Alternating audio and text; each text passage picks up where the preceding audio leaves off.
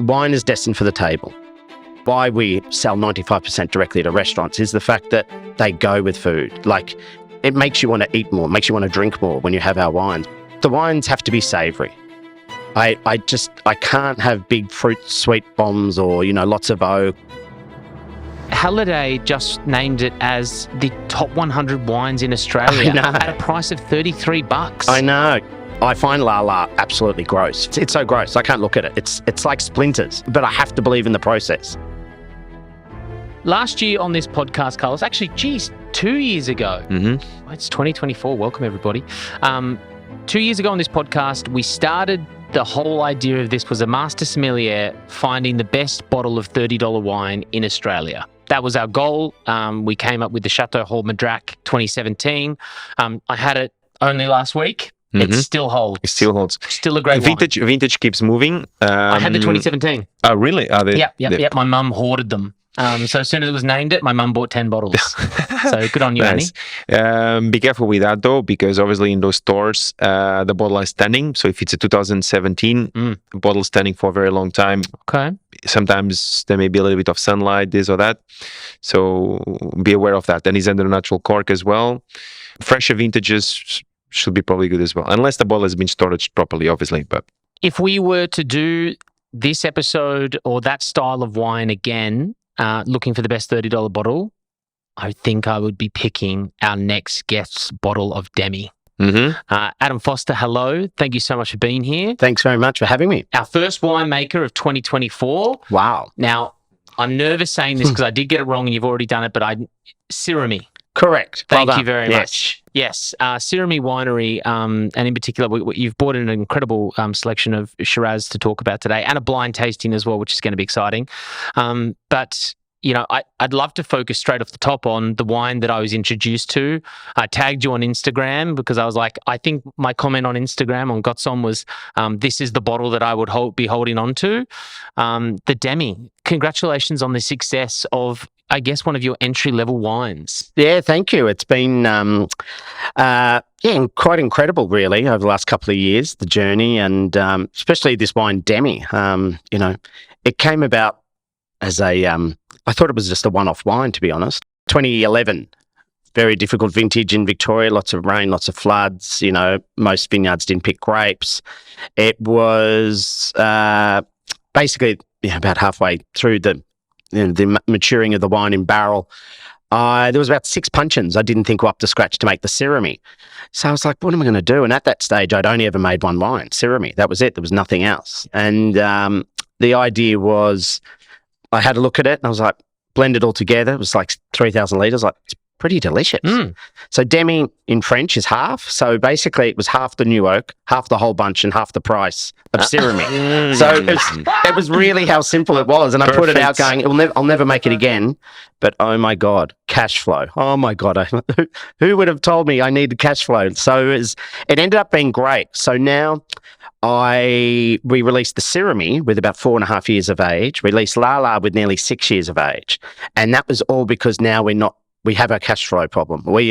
So Demi kept you afloat. Demi's like basically been the saving grace. It's like, oh my God, we get a wine out within 12 months. It's on the market. It sells out like really quickly. Yeah. And it's like, who would have thought cash flow was the positive thing? Have you had this wine before, Carlos? Yeah, I've tried before. Yeah. We've just got it in front of us, and it's wonderful. It's $30, and it is. It's 33. 33. It's close. Okay. Yes. We did not have this on the selection on the first year. We didn't. It would have been pushing the Chateau Hall Madrac or even taking it for a run. But to even just keep talking about the story of Demi, like Halliday just named it as the top 100 wines in Australia at a price of $33. I know, yeah. So the 22 just in the Australian, his top 100. This was under the top 40 under $40 category. Yeah. And top pick of the year and 96 points. Yeah. So it's like pretty crazy. What do you think of it?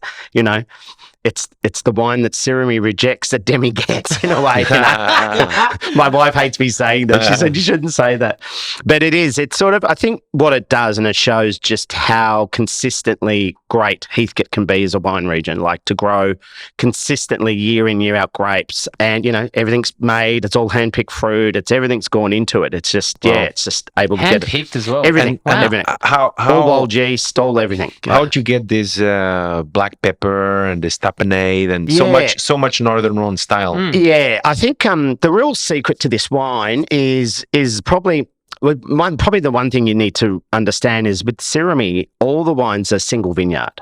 They're only one patch of dirt, one vintage. Very simple. Syrahmi, the Shiraz, changes its name every year to reflect that. So the name will never be Angus again, like on this bottle. Right. Didn't want to get to that, but thank you. Well, thank you. Yeah, you did pay a lot of money to get your name on that. But anyway, that's another story. But the whole idea that there's single vineyard. So in 2022, there was 4 Shiraz vineyards. All of them are trying to make Syrahmi, but only one of them can make Syrahmi. So I go through, I taste, and, you know, we're making it all like, you know, 100% whole bunch, 50%, 70, like all different sort of amounts of whole bunch with the Shiraz. And then only one vineyard can make it. So the other 2, 3, 4 vineyards all get declassified in a way, blended, bottled, released, and that becomes Demi. So with this, you've got sort of that lovely fragrant Northern Rhone spice, you know, black olive tapenade, violet. You've also got that sort of crushed granite. So that's from a vineyard down in Tubrac in the southernmost. So on decomposed granite, that's about 350 million years old. For me, the real key for Heathcote, and you've got to understand, Heathcote's a very unusual region. So our property is in Tubrac, and we're the southernmost corner of Tubrac. So if you jump our southern fence, you're actually in Macedon Ranges. We're at 400 metres, the vineyard at sea level. So, but you go to the north, it's 90 plus k's away. So we're a very long, thin region, but in some parts it's only like 15 k's wide. But it's, you know, 90 plus kilometres long from north to south. So, and what, you know, everyone obviously in the past, it's all been about the red Terra Rossa soil, the Precambrian era soil. But for me, the most distinct thing about Heathcote is the diurnal change. That is what is the absolute Continental. So basically, whatever the daytime temperature is during harvest growing season, it's generally minimum half at night. And that is the brilliance. So yes, it might be 35, but it's going to be like 16 at night. It's going to be cooler. So again, the grapes ripen down. It's like piano accordion, you know, all the flavour during the day, they cool down at night. And I think that is why we get great flavours at really low BOMAs, great natural acidities, super low pHs. And it allows us to make very fragrant wine, but with intensity and power. And I think that's part of the reason. You know, I'd love to see it side by side with some of its big brothers. And is Lala a sister? How would you describe it? Lala. Lala. I mean, for me, the core of the range is this Syrahmi. You know, it's the only one I've made since day one, and every year. So my goal is to make Syrahmi, and then everything else is a bonus if it makes it. If a year is good enough to make a Lala, make a Lala. If it can make a Syrahmi, which we do, that's the great thing. So for me, that's like around the $60 retail wine. And for me, that's the most important wine I make, just because it should be the ethos of the whole brand. It's who we are, the DNA, everything I want. It's the name of your vineyard. And it's the name, and exactly. So that wine is, very important to me. It's the wine that, you know, it's how I learn, you know, by doing what I do with Syrah or Shiraz, I should say. And you, with your putting the name on it every year is different. Yes. I mean, there is no ego in me saying my name Angus. I know your son is Angus. Angus as well, yeah. So if you see on the back, always write on it. Basically, Angus Foster, my son, was born in 2019. Yep.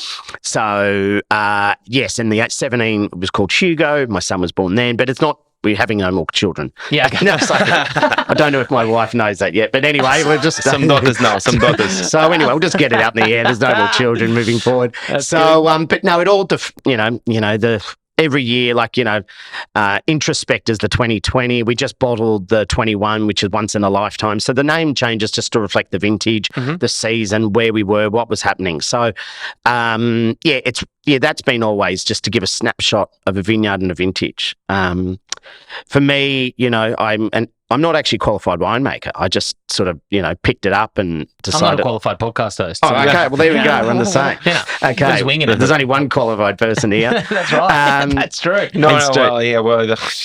Anyway, He's got nothing. it's less about I was me. going to say, And you got the pin.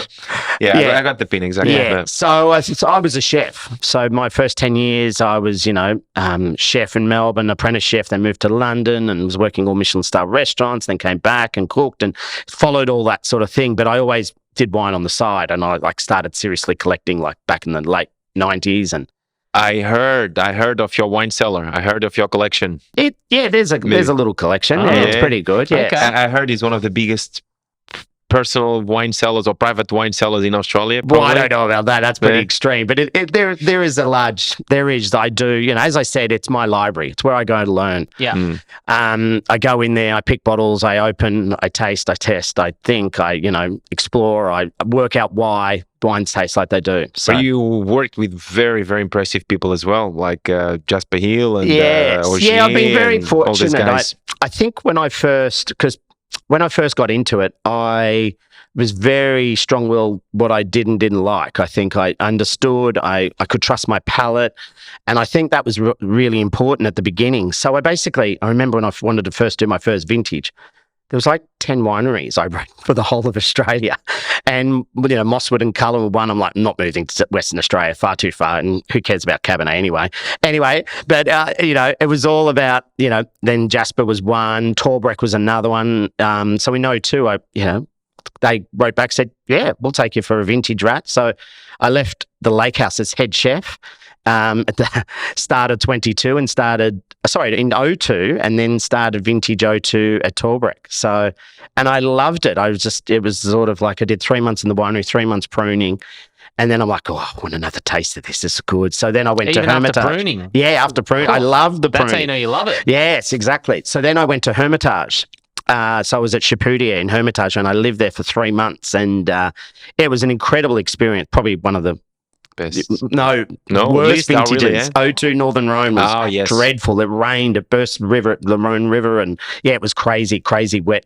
I didn't even think you could make turn grapes into wine. There was so much botrytis. I couldn't believe it. Coming from Barossa, which was probably one of the best vintages they've had, 02, very cool and mild, to one of the most, incredibly rain-soaked and heavily drenched. So it was really good expanding. This is crazy, this world of wine.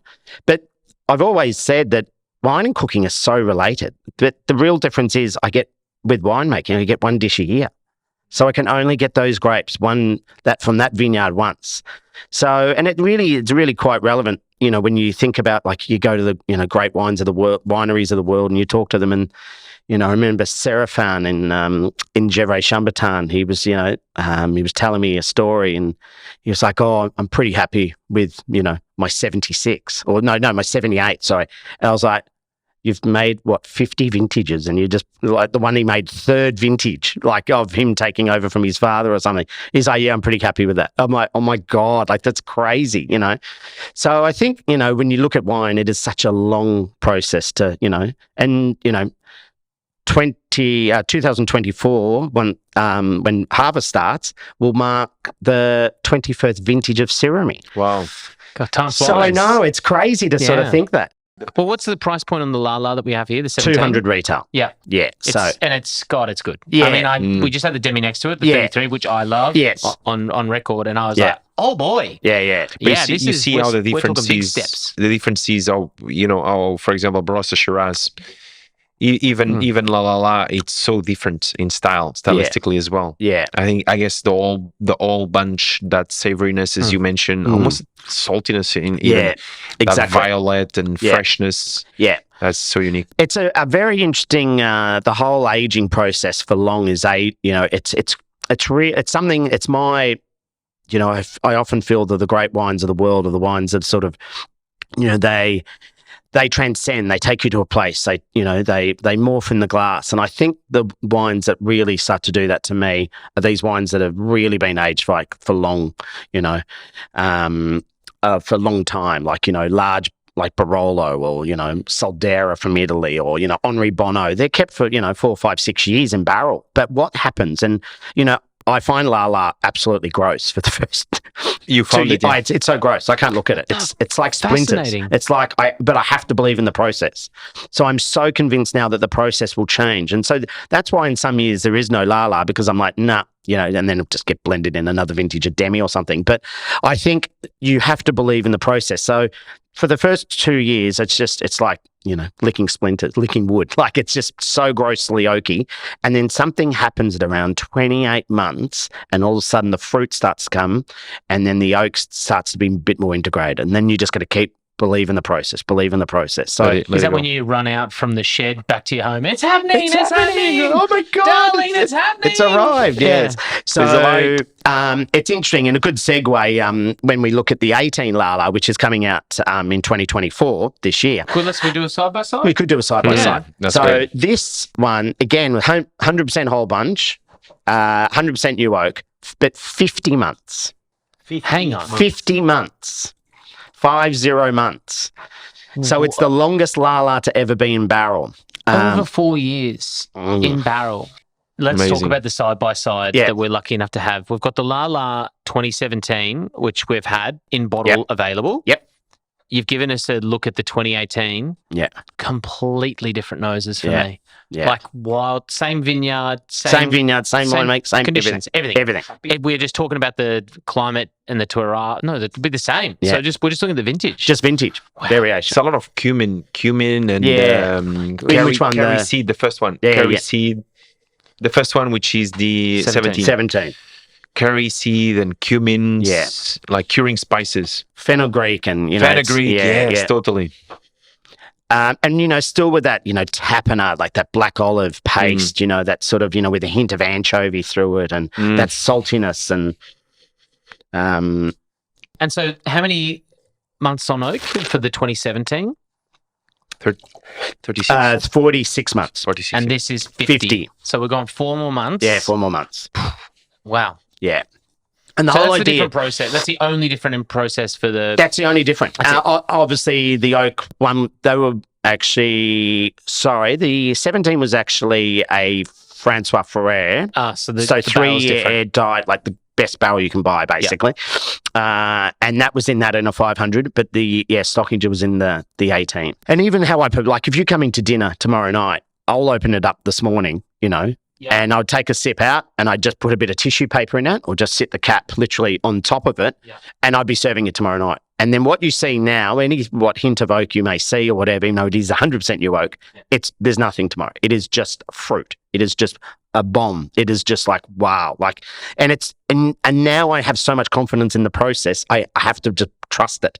And it's really hard to tell, like, winemakers ask me a lot, but it's still fresh. Like, how can it be fresh after that long? And it's like, I think, and yes, they do get a bit of sulfur in the time, but nothing, these wines at bottling wouldn't even have 25 parts per million of sulfur. So incredibly low for the, But it really leaves a minty, fresh minty on the throat after sipping. It's really...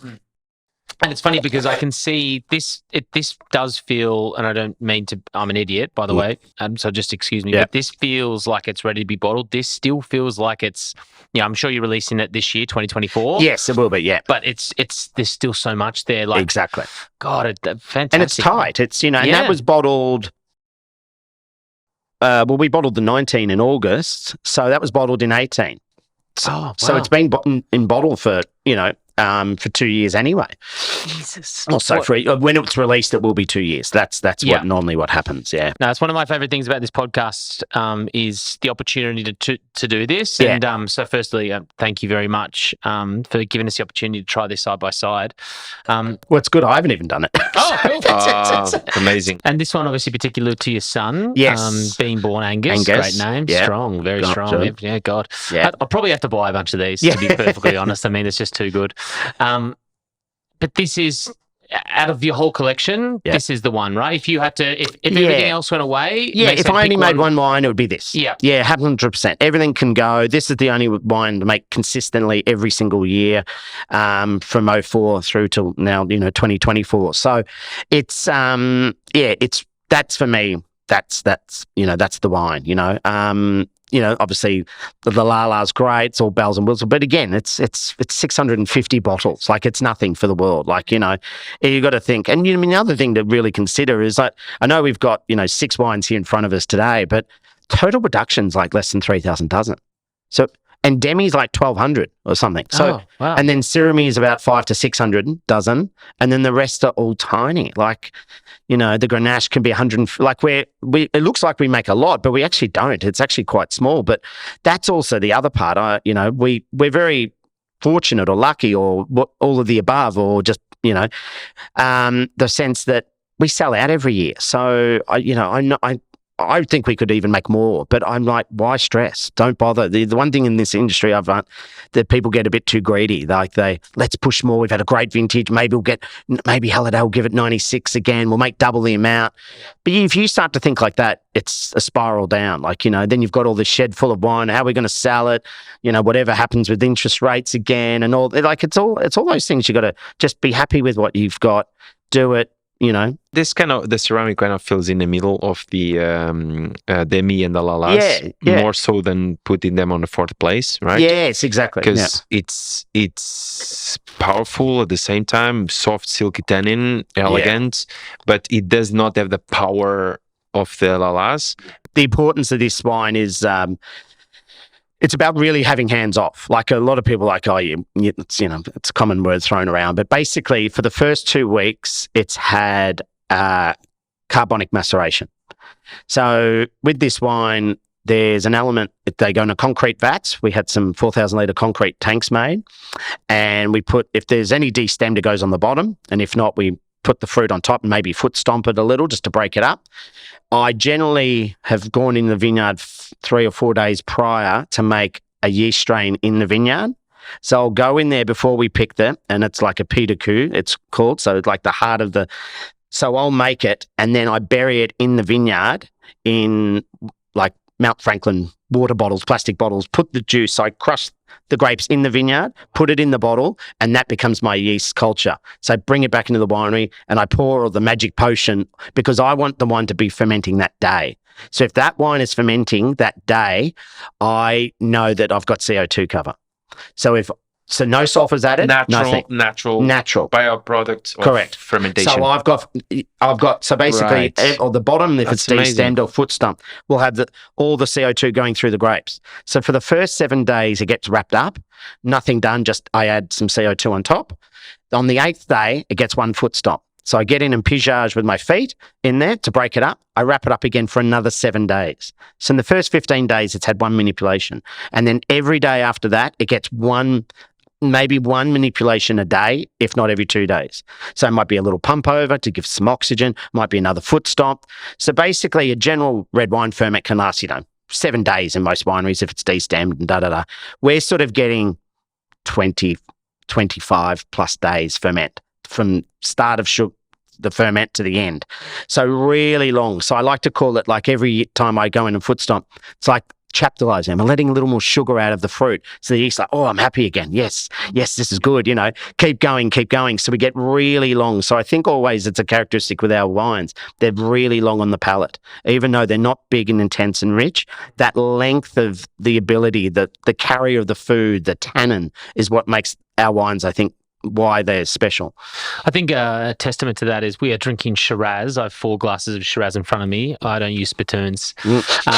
And, I'm here and I'm loving it. Yeah, this is, I haven't had breakfast or lunch. I'm here enjoying the process of hearing these stories about the wines in front of me. Yeah. I learned to love wine from living in Adelaide. Yeah. I had a bunch of Barossa mates making wine, and it was big, warming, high alcohol wines. And this isn't that. That burning down the throat that I characterize with alcohol, I haven't had it. Yeah. They feel really integrated and balanced. Yeah. And God, well done. No, thank you. And I think that's, to me, if you Shiraz, I call it Shiraz because we're in Australia and it should be called Shiraz. But you feel it's more Syrah. Absolutely. Yeah. And that it is probably more Syrah than most people Syrah. But for me, that's the whole thing. We're in Australia, we call it Shiraz. And that's the beauty of Shiraz. I think it's a really good conductor, but also an indicator of where it's come from and how it's made. It's a fascinating grape variety. Obviously I love it because I've spent my whole life following it and drinking it, and but it's just incredible with food, and that's obviously been quite a gastronomic sort of frame of mind, and how you're a chef, eating and a chef and doing that. So that's sort of where I like to see, the wines obviously served in great tables. Yeah. It's time. Okay, blind wine. Yeah, you've bought in a blind wine. We're going to pretend like the bottle, you might have decanted something else into it. I'll go first because I don't want to take any hints. Can you have a little bit of water? Oh, of course, sir. Thank you. I'll go first because obviously I don't want to take any hints from the master. But I'll try and figure out what this is. And I won't play the man. I'll go completely off blind assessment. Well, first of all, we have an aged wine. So, yeah, this is compared to what we've tasted here today. And these are actually, some older style vintages. Can I have a piece of white paper, Carlos, if you don't mind? Thank you, sir. So we have an aged wine, but it's also like, I think this is older than it looks. It smells much older than the edges are giving away the secrets. Like that sort of clay brick edge doesn't really, it's there, but it's not as vibrant as I was expecting. It's still a beautiful ruby. On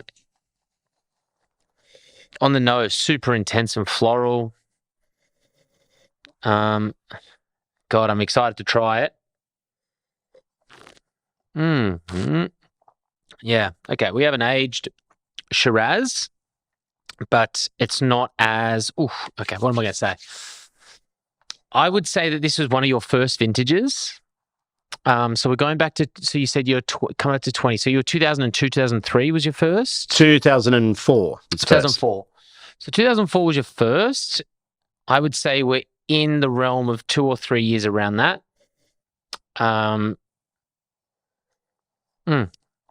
It's still, for me, I'm going to say it's a Syrahmi 2006, because I just had a taste of the current vintage, the Angus. They taste similar, but this tastes like it's been aged. So I'm going to call it a 2006 Syrahmi. Okay. I don't know what year that was, but I tell you one thing, we talked about how long these wines can go. I feel like we've got a 15 pluser. Yeah. And this is phenomenal. Okay. Awesome. Yeah. What do you think, Carlos? It is really, really wonderful. It doesn't immediately call to me for a Northern Rhone, Old World. I think we are in Australia as well. But it's wonderful. Like a lot of tertiary, a lot of that with a little chocolate. Oh, you thought maybe you bring one of your vintages from France, one of the years you were pruning. Oh, maybe, yeah. I could think of that, but and he has a little bit he has a little bit of age. I'm not sure if it goes back to 2006. I feel like it's a little bit maybe younger. It may be older, but again, on the screw top, maybe the evolution is not as fast and maybe holds the color very well. Because the color, tell me maybe, I don't know, 8, 10 years, 12 years, maybe. I'm not sure. Maybe more. Yeah. Who knows? But yeah, I think that. Tertiary, that tobacco, a little leather. Yeah. The chocolate, really, really, really elegant, really fine, really silky, but there's still a lot of fruit as well. They still fruit holding really, really well. I'd say it's fruit more so than tertiary. Yeah. Which was surprising me, which is why I might be wrong on my age of the vintage, because maybe an 04 or 06 or something would have more domination of those tertiary aromas. But these fruit. There is that fenugreek. It's a good mix. There is that fenugreek and curry seed and cumin that we found on, I think, on the first Lala. Yeah. So that's why it leads me to be. That's why it makes me think to be a similar style of what you're making. So maybe I go more for. Maybe I go for around the same age, 12, maybe 8, 12, 2012, 2008, 2008, 2008, something like this. Okay. But the one thing with my wine, and it's fun, and sometimes I don't know if it's a criticism or some people say, and I never have cared about colour. And when making the wine, like if you get a young bright Shiraz, like it's purple, and I've never cared. I said I use a lot of whole bunch. I generally have quite high pHs, like they're probably going to bottle with 3.7 anyway. But the whole bunch and all that, I trust in the process. It's not about adding acid just to bring it back and tick boxes. Basically, I believe in that. So I have this sort of saying that my wines look older, younger, but look younger, older. And I think that is a real, when you look at this wine, like it doesn't look like it's 20 years old. Right. But it is. Oh, Wow. It's a 2004? It's the first one. Wow. Yeah. Man, 2000. it's crazy. He's holding First really one. well. Yeah. And that's when and people go, steel wow, look at fruit. it.